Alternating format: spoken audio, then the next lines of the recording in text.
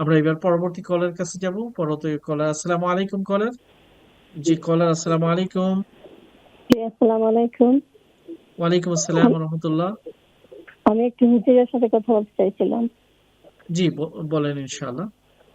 আমার একটা কোয়েশ্চেন ছিল।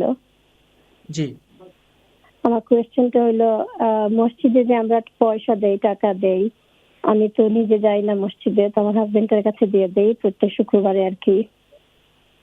তো জি এইটা এই পয়সাগুলো যে আমি দেই এটা সওয়াব কি আমার কাছে আসবে নাকি আসবে না? মানে এটা আরকি জানতে চাইছিলাম। আমি নিজে গিয়ে দিতে হবে নাকি আমার হাসব্যান্ডের কাছে দিলেই চলবে? ঠিক আছে। আর কোনো প্রশ্ন আছে? জি না, আজকে এটাই। Thank you. আমি অনেক কি অনেক আপনার ধন্যবাদ। এখন শুনবো নাকি ইয়েতে স্ক্রিনে শুনবো? আপনি আপনি টিভিতে শুনতে পাবেন। আপনি যদি টিভি দেখতে পান তাহলে টিভিতেই শুনবেন হুম, ইনশাআল্লাহ। হুম। আচ্ছা ঠিক আছে। আচ্ছা। আসসালামু আলাইকুম। ওয়ালাইকুম আসসালাম রহমতুল্লাহ। অনেক অনেক ধন্যবাদ আপনাকে ফোন করার জন্য।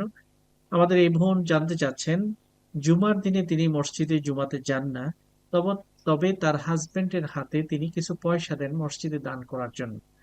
এখন তিনি নিজে সরাসরি যে দান করছেন না, বরং তার হাজবেন্ডের মাধ্যমে যে দান করছেন, এর মাধ্যমে তিনি সওয়াব পাবেন কিনা, এটাই ছিল প্রশ্ন। উত্তরে আমরা বলবো, এই পয়সা যেহেতু আপনি দান করছেন, এটা আপনার সংসার থেকে বাঁচিয়ে আপনি পয়সা দিচ্ছেন অথবা নিজের ইনকাম থেকে দিচ্ছেন, যেভাবেই হচ্ছে, আপনি যেহেতু দিচ্ছেন অবশ্যই আপনি সওয়াব পাবেন। আরেকজনের মাধ্যমে সেটা যদি পৌঁছান তাতে কোনো অসুবিধা নেই। যিনি পৌঁছে দিচ্ছেন তিনিও সওয়াব পাবেন, আর যিনি মালিক, যিনি দান করছেন তিনি তো সওয়াব পাবেনই। কাজেই এখানে কোনো সন্দেহ নেই, আপনি সওয়াব পাবেন। যেমন আমরা এখানে অনেক সময় আপিল করি, চ্যারিটি আপিল গুলো করি টিভির মাধ্যমে, আর সেখানে আপনারা দান করে থাকেন।